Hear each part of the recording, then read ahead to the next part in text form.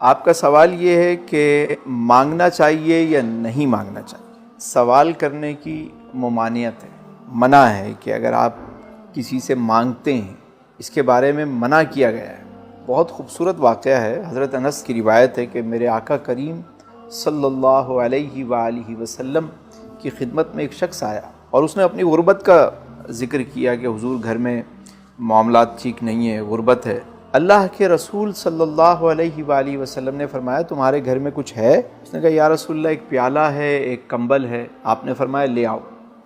وہ لایا، آپ نے صحابہ سے کہا کہ اسے خرید لو۔ ایک صحابی نے کہا حضور میں 1 درہم میں لیتا ہوں۔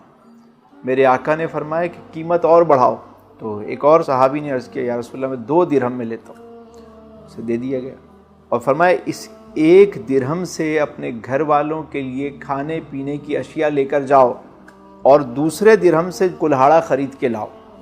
وہ صحابی گئے، کلہاڑا خرید کے لے کر آئے۔ میرے آقا کریم رؤوف الرحیم صلی اللہ علیہ وآلہ وسلم نے اپنے دستے مبارک سے اس کلہاڑے میں دستہ ڈالا اور اسے عطا فرمایا۔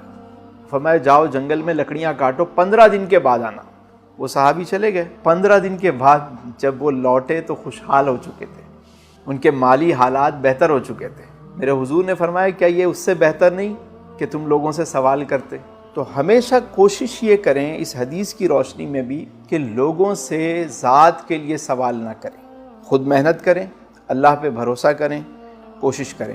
ہمارے معاشرے میں مانگنے کا کلچر عام ہو گیا ہے۔ آپ مسجد میں جائیں تو وہاں باہر نکلیں، وہاں لوگ مانگ رہے ہیں، خطیب صاحب بھی چندے کی اپیل کر رہے ہیں۔ آپ کسی ہوٹل میں کھانا کھانے جائیں، باہر نکلیں، وہاں لوگ مانگ رہے ہیں۔ سیاستدانوں کو دیکھیں تو وہ مانگ رہے ہیں۔ مطلب جس طرف نظر اٹھائیں لوگ مانگنے پہ لگے ہوئے۔ یہ مانگنے کا کلچر کیوں بڑھ گیا؟ جگہ جگہ دسترخوان بھی لگے ہوئے ہیں، ہر سال راشن بھی تقسیم ہوتا ہے۔ کیا اس سے غربت ختم ہو رہی ہے؟